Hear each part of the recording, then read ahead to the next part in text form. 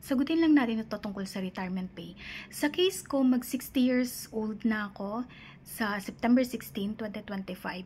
Pwede ba akong mag-extend up to December 16, 2025? Kasi sa December 16 ay makumpleto ko ang 10 years in service. Pag September 16, 2025 kasi short ako ng 3 months para ma-attain ko ang 10 years.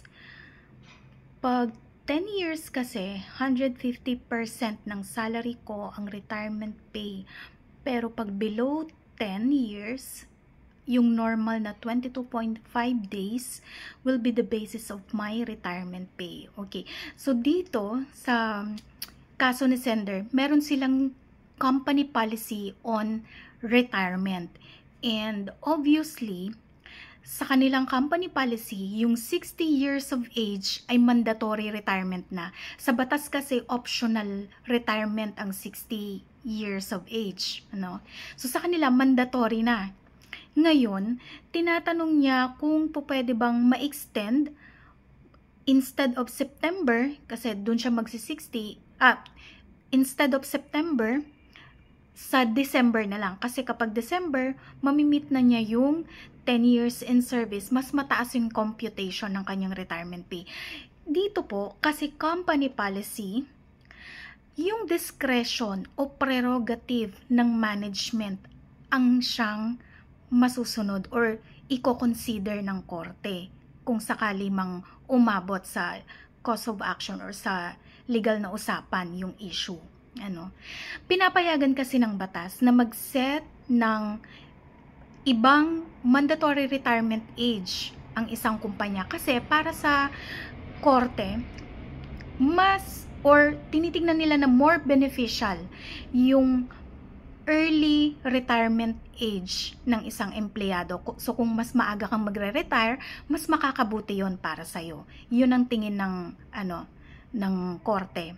Okay? So tinitingnan nila na more beneficial yung ganong policy ng kumpanya. So, pinapayagan yun na yung retirement age, mandatory retirement age, ay mas mababa sa company policy kesa kung ano ang nakalagay sa batas. Ngayon, ang hindi lang pinapayagan ng batas, yung mas mababa sa minimum na allowed ng batas, yung computation ng retirement pay, which is yun nga, 22.5 days for every year of service.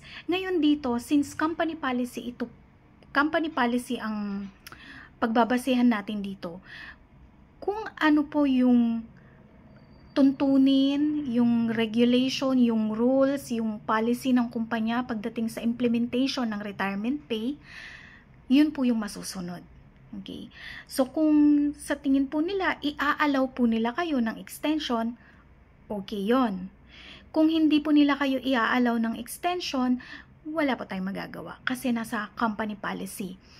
Ang hindi lang kasi pinapayagan ng batas, yung mas mababa pa yung computation ng retirement pay ng isang empleyado, mas mababa sa 22.5. Yun po ang hindi pinapayagan. Okay? So pagdating sa retirement age, pwedeng mag-set ng ibang age ang kumpanya para sa kanilang mandatory retirement policy. Okay, ito pang isang question. Ask ko lang po, ang mga security agency po ba ay may retirement pay? Yes. Applicable po ang Republic Act 7641 on retirement pay sa mga private sector companies na may more than 10 employees. Kasama po dyan ang security agency at ang mga security guards. Okay. Ang computation po ay parehas din. Daily rate multiplied by 22.5 days multiplied by years in service. Okay? Yun po yung retirement pay. Ngayon, may isa pang question dito. Tanong ko lang, ilang buwan ba bago makuha yung retirement pay? Kasi sabi ng agency, months po raw. Okay? Ang retirement pay po ay parang last pay. Parang last pay in the sense na within 30 days, dapat matanggap mo ng buo ang retirement pay mula sa iyong employer. Cash benefit po ito na one time na babayaran ng employer sa inyo within 30 days. Hindi 90 days, hindi 6 months, hindi 1 year, lalong hindi po hulugan. One time cash po na babayaran sa inyo ito ng inyong employer. O anong gagawin mo kung hindi ibibigay sa'yo? Mag-file po kayo ng money claims sa DOLE. Money claims, monetary claim kasi ang retirement benefit, retirement pay under RA 7641. So kung hindi bibigay sa inyo, mag-file kayo ng money claim sa DOLE, dapat within 3 years. So kung nag-60 kayo ngayong taon, 2025, huwag nyo nang paabutin ng 2029 bago kayo mag-file.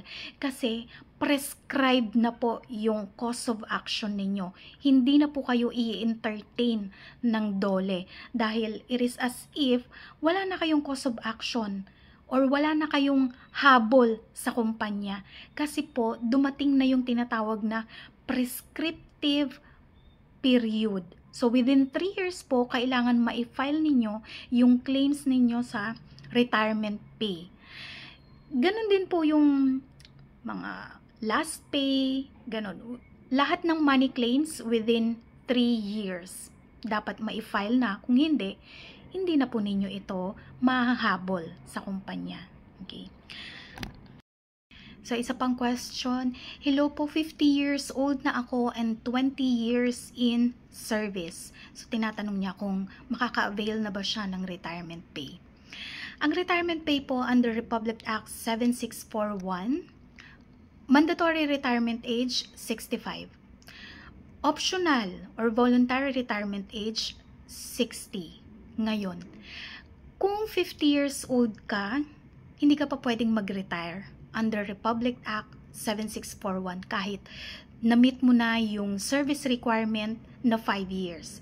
In this case, na-meet na niya kasi 20 years in service na siya sa kumpanya. Pero hindi niya pa naaabot yung 60. 50 pa lang siya. So, hindi pa siya qualified na mag-retire under Republic Act 7641. So, anong mangyayari? Kung meron po kayong company policy, dito na papasok ngayon yung company retirement policy. Kung may polisiya o patakaran sa inyong kumpanya na nagbibigay ng retirement pay sa mga empleyado na nasa edad na 50 pataas and yung service requirement niya ay 20 years na, then qualified na po kayo. Pero yun ay kung meron kayong company policy on retirement pay ng isang empleyado. Kasi kung wala po kayong policy sa company, ang pagbabasihan po natin ay yung batas. So kung ano po yung nakalagay sa batas, yun po yung masusunod. So 60 yung minimum na retirement age. Hindi pa po kayo qualified. Okay? So kung may company policy on retirement, yun po ang masusunod, lalo na kung ang computation nito ay more beneficial para sa empleyado. Okay? So, kung mas mataas sa 22.5 days for every year of service, yun po ang susundin natin. Ngayon, kung walang company policy on retirement, ang masusunod po ay ang batas. E paano kung walang nakasulat sa company policy regarding retirement, wala sa kontrata, wala sa company practice, wala sa handbook, wala na ba kayong retirement pay? Meron pa din. Kasi po, etong Republic Act 7641, gaya ng lagi kong sinasabi, ito ay mandated ng batas, ibig sabihin mandatory sa lahat ng private sector companies na may more than 10 employees. Whether nakasulat sa employment contract, whether nakasulat sa company policy o hindi, kahit wala po doon. Etong mga batas ay deemed written. Ibig sabihin, yung kontrata mo ay babasahin ng korte ayon sa nakasulat sa batas. The laws on labor code or employees benefits sa ibang special laws, kagaya nga nitong retirement pay, they will be deemed written sa iyong employment contract. So, kahit walang nakalagay na retirement pay sa iyong employment contract, mandato po ng batas yan, masusunod po yung batas. Pwera na lang kung mas maganda yung computation or more beneficial yung computation ng company ninyo regarding retirement pay. Like for example, doon sa sinabi nung isang sender kanina na sa kumpanya nila, 150%, that's equivalent to 1.5 month ng kanyang sahod. So, ibig pong sabihin, more beneficial yun para sa empleyado kasi mas mataas yung computation ng retirement pay.